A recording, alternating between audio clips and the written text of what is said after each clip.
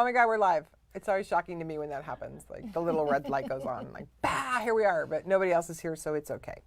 So as you know, I'm Robin, and we're broadcasting from Happy Dog Cannameds live here on Facebook today because I have this really awesome lady that I wanted to share with all of you. Her name is Liz Randall, and she has a company called Dogs Abound. Now, we all love our happy dogs, especially when they are abounding through our house and abounding about our yard and bouncing up and down in our cars, right? But, you know, our four-legged friends often have behavioral issues, and since we don't really speak bow wow too much, and, you know, they just think that everything we say is like praise or shame, right? So Liz is going to help us kind of understand our dogs a little bit better today, maybe read their behavioral clues. Maybe she'll help me learn how to speak by the end of the show. I can be able to formulate a sentence. But hey, Liz, thank you. Thank you so much for coming. So your company is in we're in San Marcos. San Marcos, California. So we have a facility in San Marcos where we do daycare, boarding, and training. So. And how many dogs do you have at a time? Generally we average about 30-ish dogs on site at a time, and that's a lot mix. of dogs. Yeah, it's a mix of daycare, boarding, and training dogs. So some of those guys are in daycare, some of them are just in training. And what kind of training? You do all different kinds of training? So we do all different kinds of training. We do some basic pet manners and puppy training, but we really tend to focus on behavioral training. Mm-hmm. So we tend to... Behavioral as in, like, I have a dog that's eating my couch. Can you please help me stop? Or a little bit, but even more like my dog lunges and barks and tries to go after other dogs, or my dog guards his food bowl, or my dog bit my neighbor. So the more kind of... escalated, severe type behaviors that people really struggle with. So we do basic pet manners type stuff, but we really tend to focus on more aggression and reactivity. So what do you do with a biting dog? Like I was sharing with you about my super biting dog that just finally had to go to doggy heaven because he bit so many people. Yeah, I mean, that's definitely the extreme end, and luckily there's not too many of those, but they certainly exist for sure. And that shows up like as a puppy, right? Like if you're going to have a biter, most it's usually...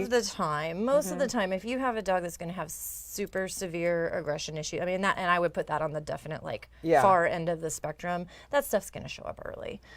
Some people may not see it. What are those kind of things to look? Okay, so you're puppy shopping. I know we're going to kind of go all... Yeah, I mean, all right. you have so much information, so like you say something, I'm like, oh yeah, that's a really good point. Fine. Okay, so we're going to go puppy shopping, right? And I don't want to get an aggressive dog. So what would some signs be for me to even notice? Like I'm at the pound or the puppy wherever. So if you're at the pound or you're at a good responsible breeder or something like that, you want to look for puppies that are eagerly interacting with, the other puppies in the litter, that are eagerly, or at least eager or neutral to the humans, right?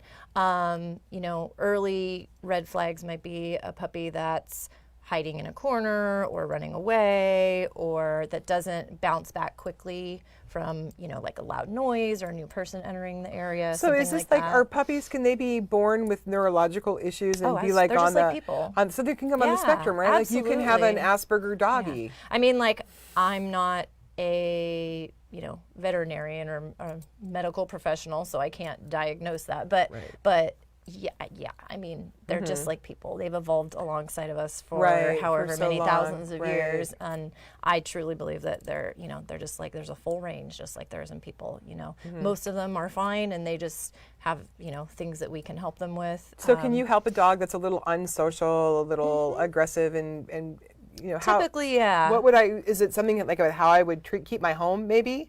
Like how I have the dog in the house? Yeah, so we always start with management. So there's two, I always tell people there's kind of two main components that we look at when we have a dog that either has aggression or just some other severe behavior problems or issues, is we always look at management first, right? So what is your home environment like? What is the dog's nutrition like? Is he getting enough physical enrichment, mental enrichment? Does he feel safe in his environment? How well is the human component communicating with the dog and showing the dog and, setting the dog up to live in our world, right? So that's kind of the management component. And people always, think, oh, training. Yes, absolutely, we need to do training, but it doesn't matter how much training we do if the management or just the dog's general environment isn't healthy, right? Does that make sense? Yeah, for sure. Yeah. So then once we make sure the environment is correct, and we also always make sure the dog is healthy, because sometimes we can get aggression that comes up when a dog is in pain or he's not feeling well. I just recently had a case like that where the dog was actually turned in for aggression and they were considering euthanasia. And after digging, we figured out, well, this dog is actually in a lot of pain.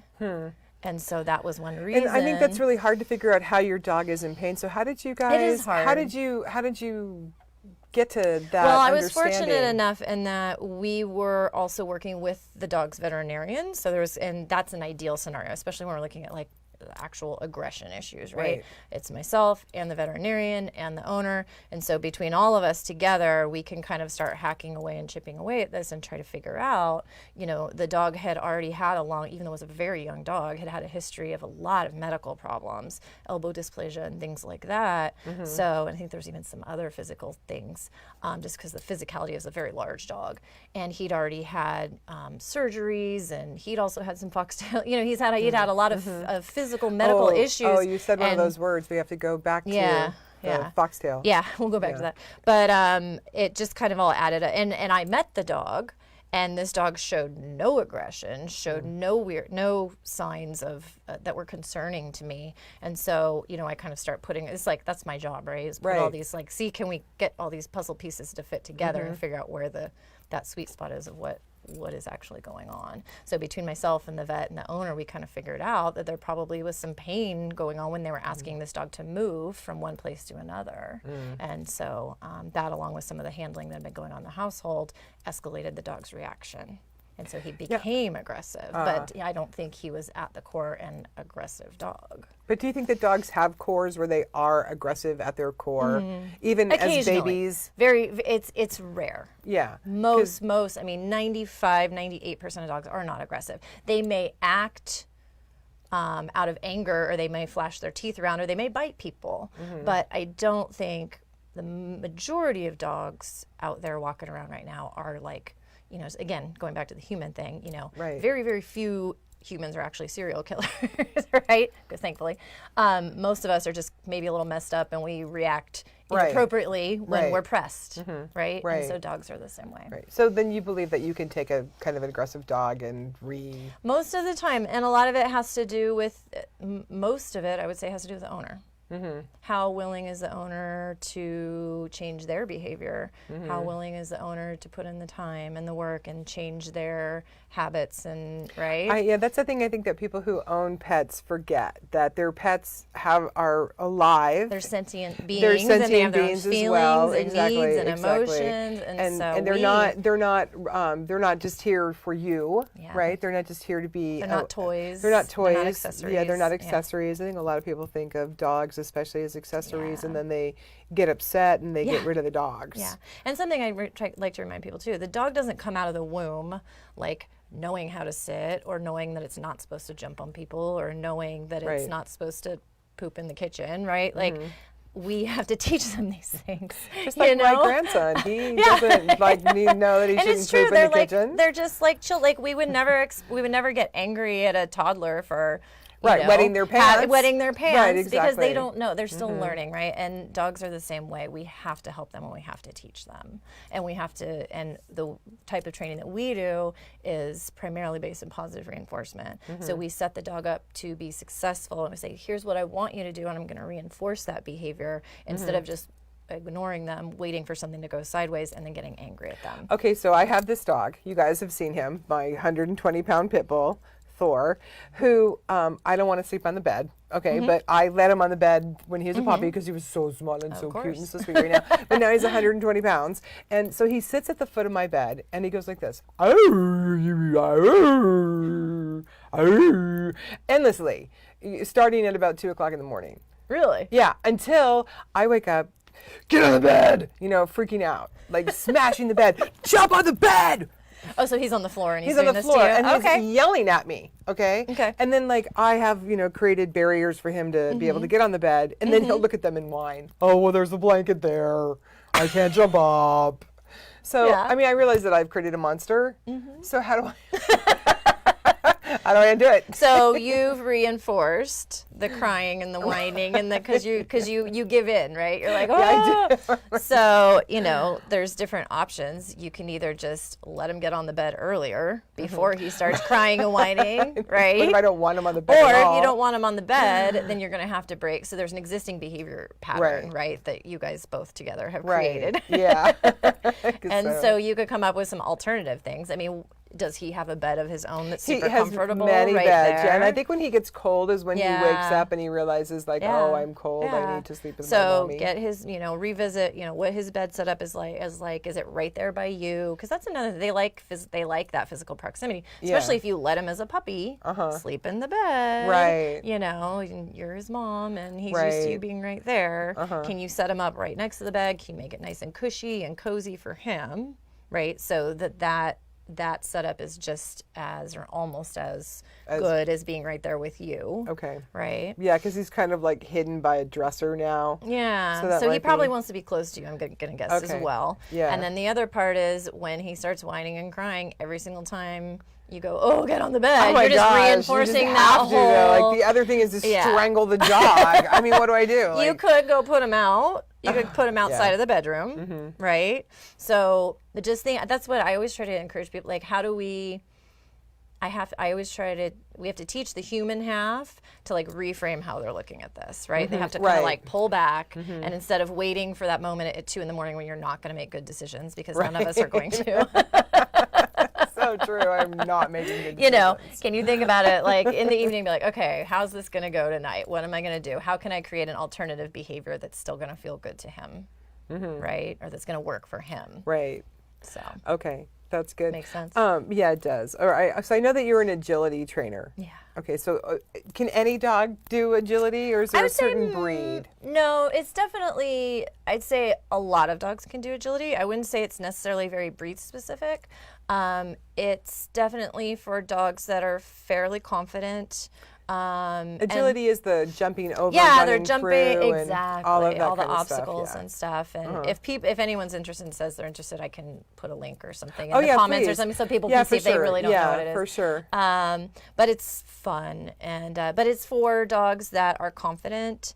And that, because it's asking a lot of the dog. So not only do we have to do all these complex trained behaviors, but we go to new you go to new environments and you do this stuff and you expect the dog to perform in these new environments, and then we want them to do it fast because it's a time-based thing. So, and not to say that a little bit shyer or fearful dog couldn't do it, but it's just going to take longer and take more dedication. And I always tell people, you can't really do agility half-assed. Like, you have to be kind of crazy like me, and you have to really want to do it really bad because there's just the level of training required to do it. And how much training is that a day? Do you work with the dogs? It's not necessarily a lot a day, but I do train my dogs almost every day, maybe 5 to 10 minutes on a long, when I have more time, maybe 20 minutes a day.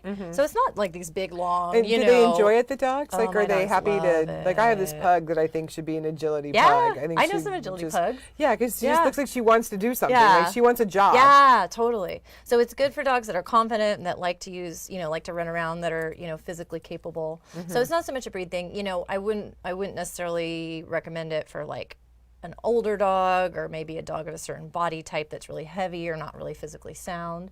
But most breeds can definitely do it. Yeah. So when you're with all of these dogs at these training things, and there's like, if I have a dog and I want to go to dog beach or the dog park, and my dog is just a little like not dog friendly, or I have a lot of anxiety about bringing my dog to the park, not so much like maybe the dog's fine. Do you think our animals pick up like what we feel like if I'm all like that certainly doesn't help. It certainly doesn't help. Dog parks and dog beach are tough. I do take my dogs to certain dog beaches, but even then I'm a little particular about what the tides are doing and all that kind of stuff. When we kind of manufacture these artificial environments where we put a bunch of dogs that don't know each other together in a small space, kind of not so good things can happen. Right. So, yeah. and I understand the need for dog parks. I don't think the idea in and of itself is bad, because I do think our dogs need time to get off leash, and if they want to socialize with other dogs, they should be able to. But honestly, most dogs, once they pass a certain age, they're like people, right? So I always tell, when we were young. And what age do you think that is? Like at what age? It depends on the dog, but I would say typically between 12 and 18, or maybe at the upper range 24 months, most dogs become what we call more dog selective. So they may still enjoy their certain friends that they know. Okay, so this is like in their puppyhood, in their puppyism. And when they're puppies, they're like little kids, right? When we're little kids, or like even teenagers, we're usually like, hey, we're pretty social. We want to go out. We want to party. We want to do all this stuff. We want to go to birthday parties, whatever. But once we get a little bit older, we get into our 30s and 40s. We kind of pull back a little bit. Do our dogs want to go to birthday parties? Some do. Now, some did. So this is the example I always give people. So, like, again, it's like the spectrum, right? There's some people that would love nothing more than to, like, go to Disneyland with their 8 best friends and then go out to dinner at some obnoxious place and then go out clubbing, right? There's people who are in their 40s and 50s who would love that. And then there's the other 90% of the population, like the rest of us, that are like, yeah, I could probably handle that for a couple hours and then I'm going to go home. And then there's even a smaller segment that's like, yeah, no. And the dogs are the same way. So there's very few dogs that mature past adulthood, I would say past that 2-year-old mark, that stay super, super social, that want to go hang out with dogs that they don't know. Now, a lot of dogs will want to, at mature adult age, will still be social with specific dogs or like smaller groups, but they may not enjoy going to the dog park. So maybe it might be better to just give your dog a walk, right? Just walk your dog as opposed to taking walking. It to and I will say even things like dog beach. The reason I like dog beach better than dog parks is there's more room. And so whenever even this is saying that your dog is comfortable around other dogs. Now, one problem that I have all the time is people call and they'll say, well, my dog's 3 or 4 and I want to socialize him. And then I have to have a difficult conversation. Right? It's kind of, you kind of miss you're the window. You're 30 years old and I want to learn how to go on a date. It's like, you're 30 years old and you lived in the woods with your mom and your dad and your brother your entire life, and they're not going to dump you into the big city and expect you to function. Hey, I did that to my ex-husband. It didn't really work out. He was not too fond of it. Like, exactly. So how'd that go? Yeah, right, exactly. Yeah. So that's the thing. There's a fairly finite window in which we can socialize our dogs, and if we miss that window, it becomes more difficult. So how can I socialize my dog to make sure that when my dog's 4 or 5 years old, let's say I have a lifestyle where... You mean when he's young or if I've missed the window? Like I get the puppy. If he's a baby. Yeah, if I get let's do both. We'll talk about both. So I got the puppy guy, he likes everybody. How do I just make sure that, I'm discerning with who I get my dog around and how I read my dog's cues that my dog doesn't want to be around there? The first thing I always tell people is do not take your puppy to the dog park, period. Okay. Do not take your puppy to the dog park because we do not want the puppy to have bad experiences, right? And not that the dogs at the dog park are going to be aggressive, but they may mow him down or they may scare him or, So we want to make sure that the puppy gets good exposure to appropriate dogs. So that could be something like a really well-run daycare, like my daycare, Dogs Abound. Or it could be maybe you have friends and family that have appropriate dog-safe dogs that they can spend time socializing with.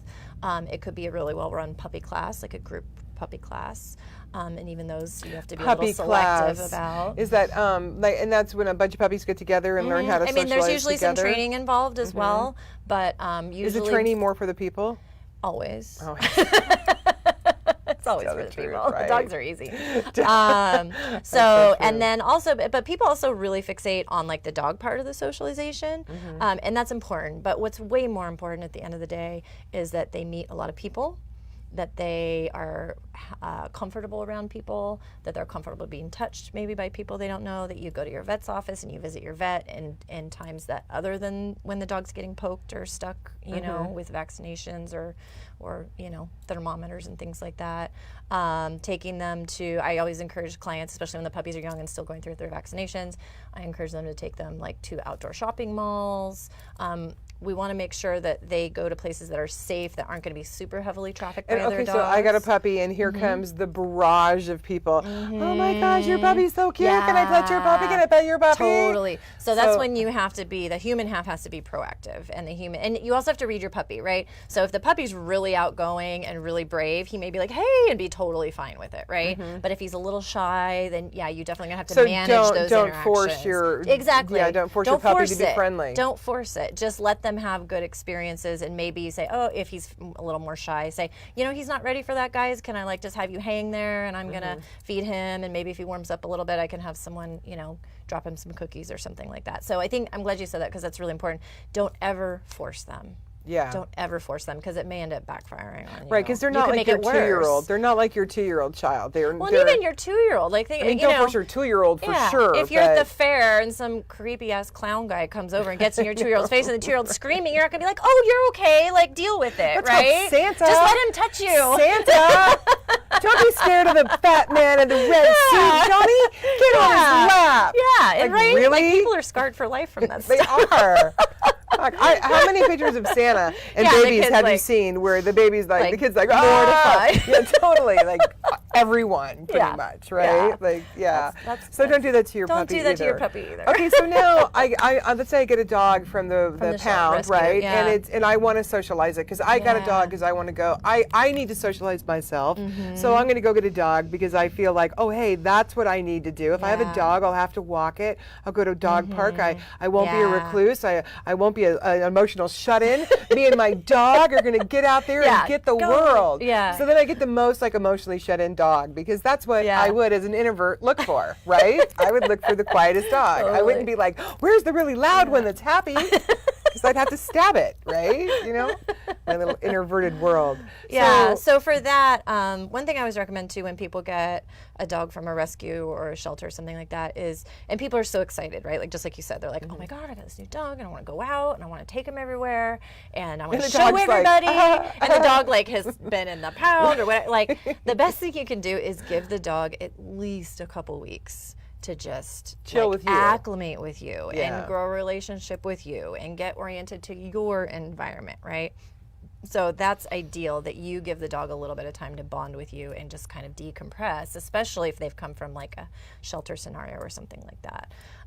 But then you can slowly start introducing the dog out into the world, and every dog is different. Some dogs are going to be fine and pretty social. Some dogs are going to be super fearful. It just depends kind of what their personality and their background is, right? So you just take it slow, feel it out. I always recommend if there's any sort of signs of, you're unsure, even if you're not, even if there aren't any signs, working with a trainer just to help you kind of through that transition, and a qualified behavior consultant or just a really solid dog trainer will be able to say, okay, maybe he's a little leash reactive, or maybe we can work on this, and just help you through that process.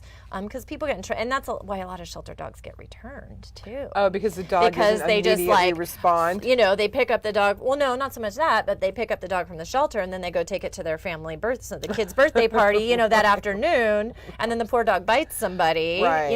So it's like, we need to help people understand that, it's a lot. It'd be like, you adopt a kid. And then you're like, hey, here's your adopted family of 36 people who speak a different language. Yeah, and you better be happy about it, yeah, right? exactly. Like, you better be super happy to be here. Yeah. Yeah, it's really challenging for them. I think the more we can just think of them, they're so much like us. Mm-hmm. So what about nutrition? Do you like our Costco dog food?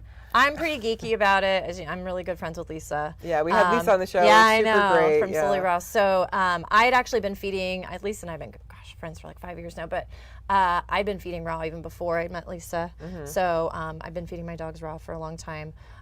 I think raw is fantastic, and it's, in my opinion, the best. So I have a pug as well. Mm-hmm. Okay, and I love Lisa's food and all of that. And I have to put hot water on the raw food, or else they won't eat it cold, because I don't know what their problem is with that. Cold. But yeah, exactly. God. How dare you? And the pug is totally like, I don't know about this raw food. Yeah. Like, she freaks out about it. Yeah. She doesn't. Dogs are, they're funny. I think they're just like people. I think A, some of them are picky, and B, they get habituated to eating kibble like a certain or whatever. Yeah. I've actually seen that happen a good amount. I like feeding my dogs raw, but like sometimes it's just, I run out of raw food, and then like Lisa said, pretty much anything that's a kibble is just a filler, and there is no real super filler. But, you know. I'll be honest, I feed my dogs, if I can feed my dogs all raw, and if I can feed my dogs all solely raw, I will. But like you, sometimes I'm really busy and I run out of food, or I forgot to go to the store. My dogs, I'll be honest, my dogs also eat a lot of just like meat from the grocery store. Yeah, mine too. I love to take my cleaver and just chop up a chicken. You should see me chop up a chicken. Yeah, I'm super pretty fun. good. I'm pretty amazing I at bet, it. yeah. I impressed my family a few years ago carving a turkey. They're like, holy crap. They're like, damn. Like, it's all the dog food. But my dogs eat a mix. So they eat mostly raw, but then they eat some kibble. I also travel a ton with my dogs. And so Lisa makes me some pretty fantastic little concoctions that I can travel with. She'll dehydrate raw stuff for me. But sometimes, you know, I'm in a hurry or whatever. So sometimes they eat kibble and it's okay. But it should be quality kibble, right? And so about their personalities too. I mean, like if you eat McDonald's every day, you're not gonna be firing, right? So like maybe you're not really with the raw dog diet yet. Yes, and that's fine. I think just like us, they need to eat fresh, whole foods. Fresh, whole foods, and maybe you know, maybe you're more comfortable with a cooked thing, or maybe you're more comfortable with like cooking some extra meat and using it as a topper. I mean, in the last few days, my dogs have had kibble, they've had raw food, they've had eggs on their raw food, threw a bunch of yogurt on there this morning. I like they eat vegetables. Dogs and cats really like yogurt. They're omnivores. They like vegetables too. Yeah. You know? Yeah. So I think you have to experiment what's going to work for them. But like you said, and I notice, I definitely notice that, not necessarily behavior change, but you can see the physical change from a dog that's eating a really crummy, low-quality diet. They're biting their skin all the time. Yeah. So do you have any suggestions on, like, you know, like it's getting summer, it's getting drier, there's, you know, ticks, there's fleas, there's all kinds of things that people can help their dogs with in a more organic fashion than Frontline? I'm not a vet, but I will say the healthier your dog is from high quality food and having good gut bacteria, the healthier they're going to be. My dogs maybe get flea and tick medication twice a year, if that. I basically give it to them when I see a flea. A flea, right. Yeah, and we live in St. we have fleas. Like, we have fleas here, but my dogs really don't have fleas as a problem. My dogs don't have hot spots as a problem. My dogs don't have skin allergies. My dogs don't, and it's because I think that people don't really understand that those issues you just said, hot spots, skin allergies, itchy skin, that's all diet. It is. It's all diet. And general wellness, right? Right. You know, are they getting outside? Are they comfortable in their environment? Because a lot of those things can come up with stress too. Right. Right. Right. So, yeah, there's a lot of people who have larger dogs who live in apartments. So, you know, and they take their dogs out for 10, 20-minute walks a day. Is that enough for a dog? It really depends on the dog. Now, some dogs are going to be couch potatoes, and it might be enough for a dog. Most, it's not going to be enough. So what we talk about a lot is what other enrichment can you do for dogs like that. So it doesn't have to be, you know, you go on this like gnarly, like, you know, 3-hour power walk every day. Now, if you have like a German Shorthair Pointer or a Border Collie or something like that, then yeah, that might be what you're looking at. But if you have like a Mastiff, what are some of those enrichment things? Like, I can't maybe walk, like but food puzzles are really big. Like, I recommend to a lot of clients. I think I need a food puzzle. I think that's going to be my new diet trick, is a food puzzle. Slows you down, man. Yeah, like, how do I get it out of the bowl? That'll work. Yeah, okay. So honestly, that's a huge thing that I recommend to new clients that are having behavior problems. Like, again, this goes back to our management stuff. Right. Is the dog getting enough mental enrichment, right? So can he eat at least one, if not both, meals a day out of a food puzzle? We encourage a lot of chewing, like hard chewing. I'm sure, like, if any vets are watching us, they're going, ah. But chewing is a natural behavior for dogs, and most dogs want to chew. That's why when they're bored, they start chewing your baseboards and your couches. Right. But if you give them things like Lisa makes a huge variety of really nice, like, bones, really meaty great. bones. Super nice. Also, again, some people are going to have a cow, but I love Nyla bones. We have Nyla bones at my daycare. I don't even know what the actual... I'm trying to get this water and not... Sorry. I don't even know what is there's that some an sort of actual hard bone? plastic. Oh, okay. But the dogs can really gnaw on them. My dogs have all chewed on them all their lives, and they all have amazing teeth and no slab fractures. So one of my pit bull does not like it when his bones, when the pug or goes towards anybody him when he has a comes around the bone. bones. So, so we just don't give them bones together. Okay. Obviously, that's Yep. the first smartest Yeah, thing. exactly. But then he'll go and take his bone and put it in his dirt refrigerator, right? Oh, yeah. And then bring it back up Yeah. when we don't know that it's come. Yeah. So, and then the pug's like, what do you got? What do you got? What do you got? And then he's all like snarly lip about it. Yeah, he's guarding it. Yeah. So what is that about? Like a dog that's got plenty, is that just canine behavior? Like basic level guarding of, like a dog A is chewing on something and dog B approaches and dog A goes, and that's about the end of it.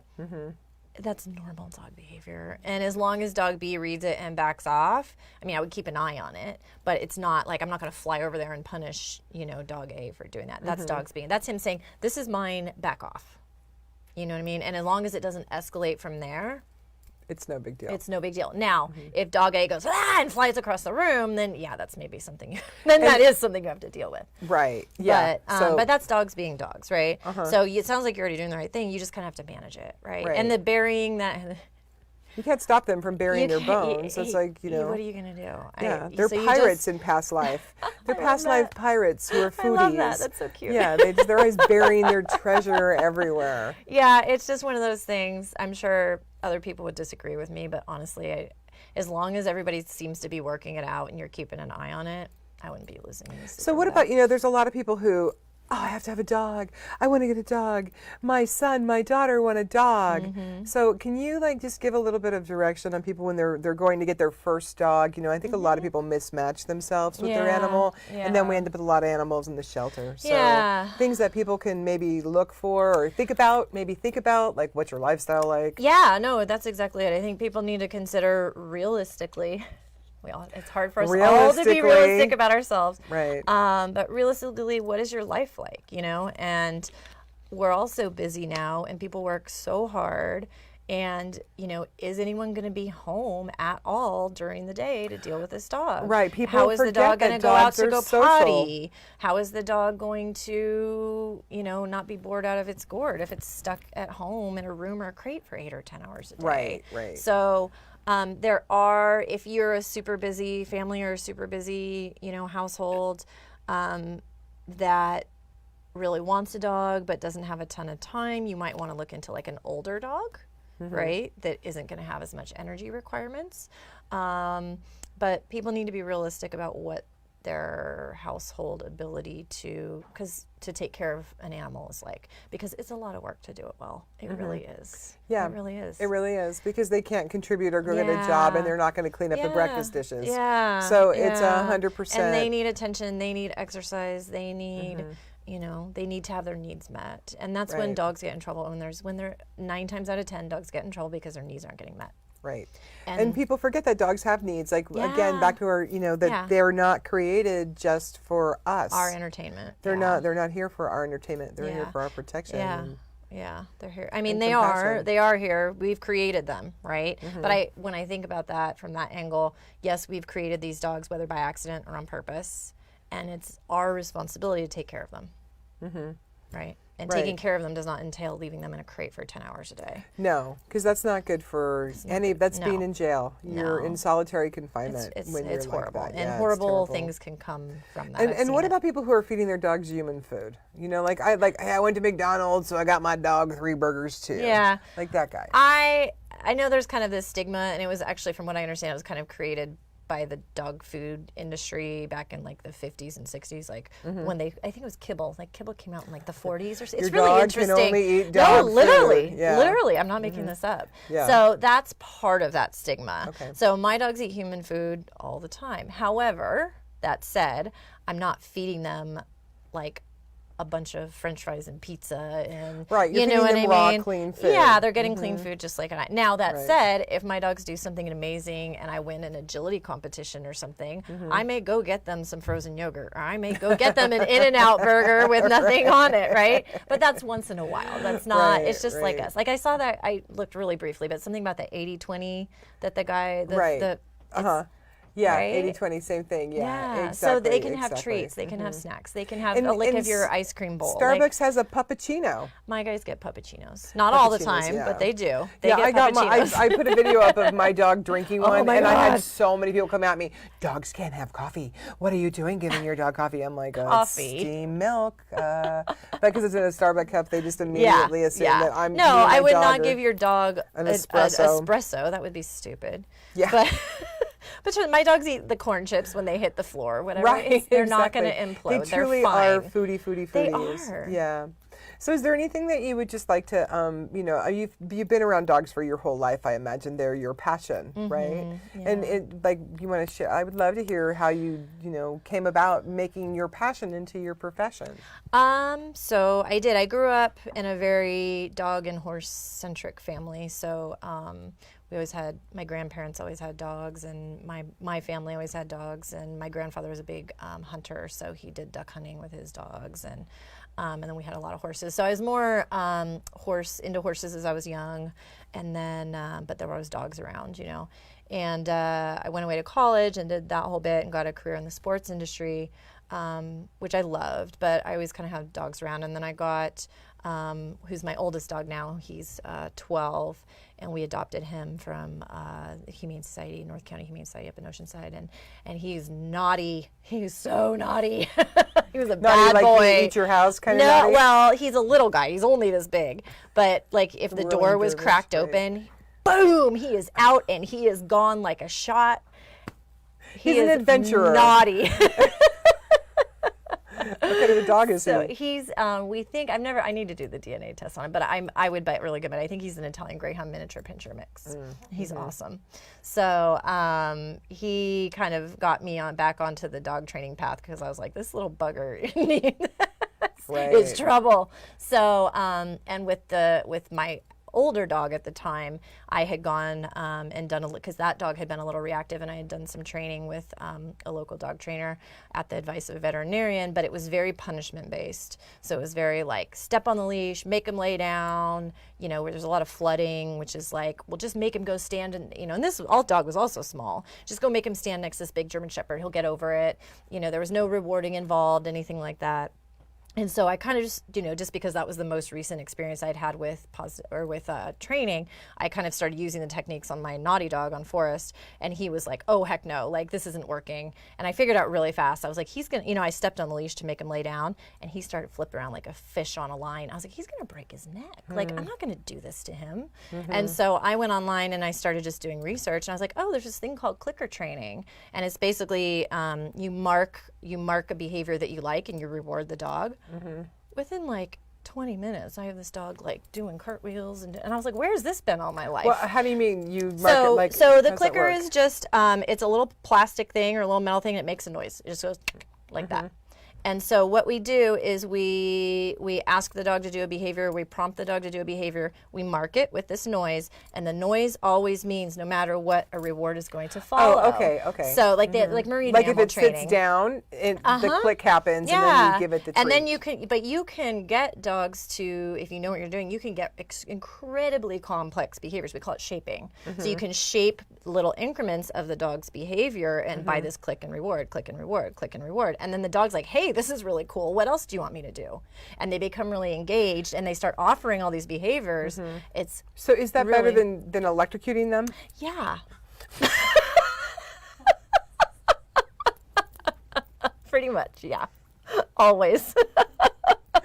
Well, I mean, there are those collars, right? So, okay, so I'm glad you said that, because I can either, whether it's a dog or whether it's you or whether it's a turtle or whether, you can train butterflies, okay? Right. It doesn't matter. If there's an organism and I can set it up to do a behavior and get rewarded and reinforced, and by the laws of learning theory, that behavior will reoccur again because it was reinforced. That's the definition of reinforcement. Or it does something I don't like, and I can punish it to squelch that behavior, which again, the cessation of behavior is the definition of punishment. I may be able to stop a behavior, but anyone who tells me they can train dogs to do something using punishment, which electrocuting your dog is. Right.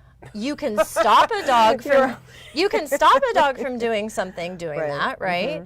But what is the emotional consequence from that going to be? So okay, so just on this point, so if you have a dog that's doing a really bad behavior, like attacking a cat, you can use the clicker in place of the sound or so the clicker the clicker, that's what people get confused by. The clicker in and of itself isn't like a magic wand or anything, right? The clicker is just marking a behavior that's happening in time. Okay. So what I would do with a dog that's chasing a cat is look at what else can I get the dog to do that's going to be reinforcing and start reinforcing that behavior, right? So I could work on a recall, right? I can really juice up and load the bank account for a really solid recall. I can recall the dog off of the cat. Now that's going to take some time, right? But think about, or I could get a shock collar and every time the dog starts chasing the cat, I could shock it.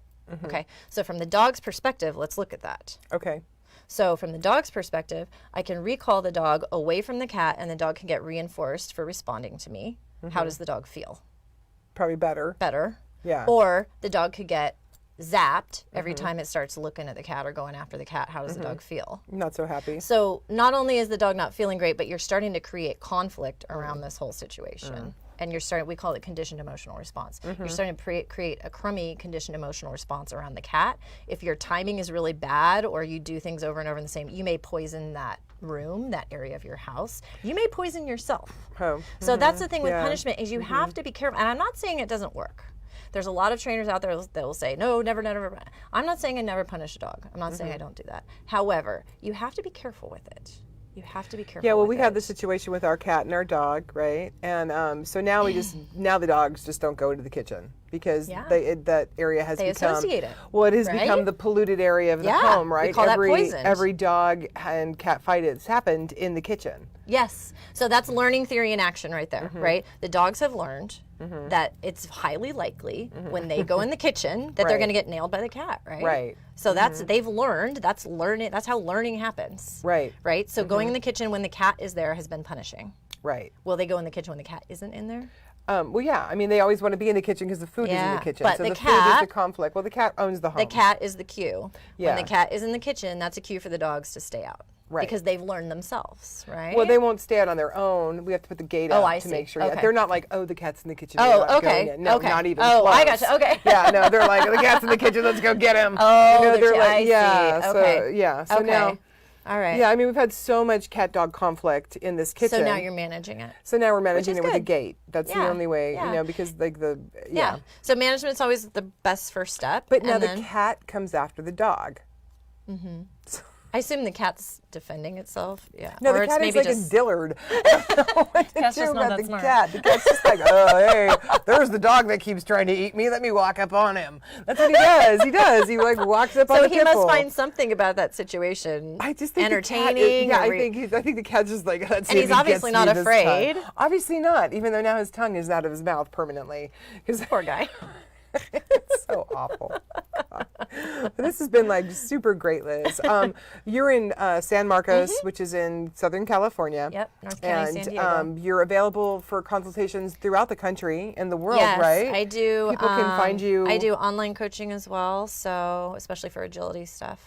Oh, and nice. behavior problems with agility dogs, I do. Yeah. Great. So they can find you on Facebook Yeah, at Dogs Abound. Dogsabound.com is a good place to start. We have a Dogs Abound Facebook page. Great. Or you could probably find me, Liz Randall, Dogs Abound. Should be Okay. findable. Anything else you want to share? Reward your dog. Reward your dog. Be nice. Be kind to your dog. Be kind to your dog. You might be surprised what might happen. Right, exactly. It's amazing if you give love to something over punishment, how that changes the behavior of it, whether it's, a child or a dog or a cat, for sure, or your lover or your partner. So the takeaway for today's show is to be kind to each other, to reward good behavior, exactly. okay, and not focus on bad behavior. That's the deal. So this is our last time that we're going to be going live this way over in this beautiful studio. So thank you to San Diego, whatever the name of this place is, San Diego Studios. Thank you. And all you guys have been watching us, you can get a hold of Liz Randall at dogsabound.com. Okay, and you can always find us at Firebird Touch Therapy. We're gone. Bye.